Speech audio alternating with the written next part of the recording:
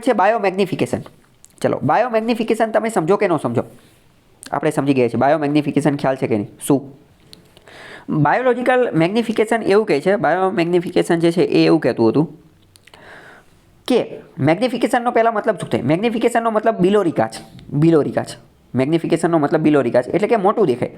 તો આમાં આપણે એવું જોયું હતું કે લિન્ડેને જે 10% નિયમ આપેલો હતો એમાં શું કીધેલું હતું કે એનર્જીનું 10% ટ્રાન્સફર થાય. પણ આ નિયમનું ઊંધું એવું છે કે જ્યારે એ કોઈ ઝેરી વસ્તુ ખાઈ લેશે ને, ટોક્સિક વસ્તુ ખાઈ લેશે, ઝેરી વસ્તુ ખાઈ લેશે તો એની વધારે અસર થશે, એની 90 ગણી 100 ગણી વધારે અસર થશે. મતલબ કે ફોર એક્ઝામ્પલ માની લો કે ઝેર જે છે, ઝેર એ સાપે ખાધું, ઝેર જે છે એ સાપે ખાધું, સોરી ઝેર જે છે એ ઉંદરે ખાધું, ઝેર ઉંદરે ખાધું, તો ઉંદર ઉપર ઝેરની અસર અને એ જ ઉંદરને સાપ ખાશે તો સાપ ઉપર એ ઝેરની અસર ઘણી વધારે થશે, ઘણી વધારે થશે. આ જ વસ્તુને બાયોમેગ્નિફિકેશન કહેવાય. આવું શા માટે થાય? આવું એટલા માટે કારણ કે અમુક પદાર્થો એ જે ખાઈ લે તો એની અંદર પચતા નથી અને એ પચતા નહીં તો એની એક જ જગ્યાએ એકઠા થાય તો એને બાયો એક્યુમ્યુલેશન એવું બધું કહેતા હોય છે. આ બધું આપણે સમજી ગયા છીએ, બરાબર? તો આવી ઝેરી વસ્તુ જે છે ને એ મોટે ભાગે કોનામાં જોવા મળતી હોય છે એ જોઈએ. તો મર્ક્યુરી એટલે કે Hg એટલે કે પારો, જ્યારે કોઈ આ પારો ઝેરી પદાર્થ છે, કોઈ સજીવ પારો ખાઈ લે, કોઈ સજીવ પારો ખાઈ લે તો એમાં બાયોમેગ્નિફિકેશન જોવા મળે. ડીડીટી એક ફિનાઇલ છે. ડીડીટી શું છે? ફિનાઇલ છે.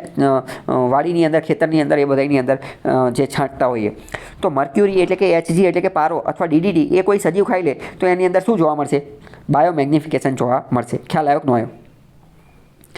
આવું એટલા માટે કારણ કે આ બંને વસ્તુ એના શરીરની અંદર એનું પાચન થશે નહીં, એના શરીરની અંદર એનું પાચન થશે નહીં તો એક જ જગ્યાએ એકઠા થતી જશે, એક્યુમ્યુલેશન થતું જશે, એકઠા થતી જશે અને જ્યારે બીજું સજીવ એને ખાશે તો એને તો એ કારે ઘણી બધી વસ્તુ મળી જશે. ઓકે, ખ્યાલ આવ્યો?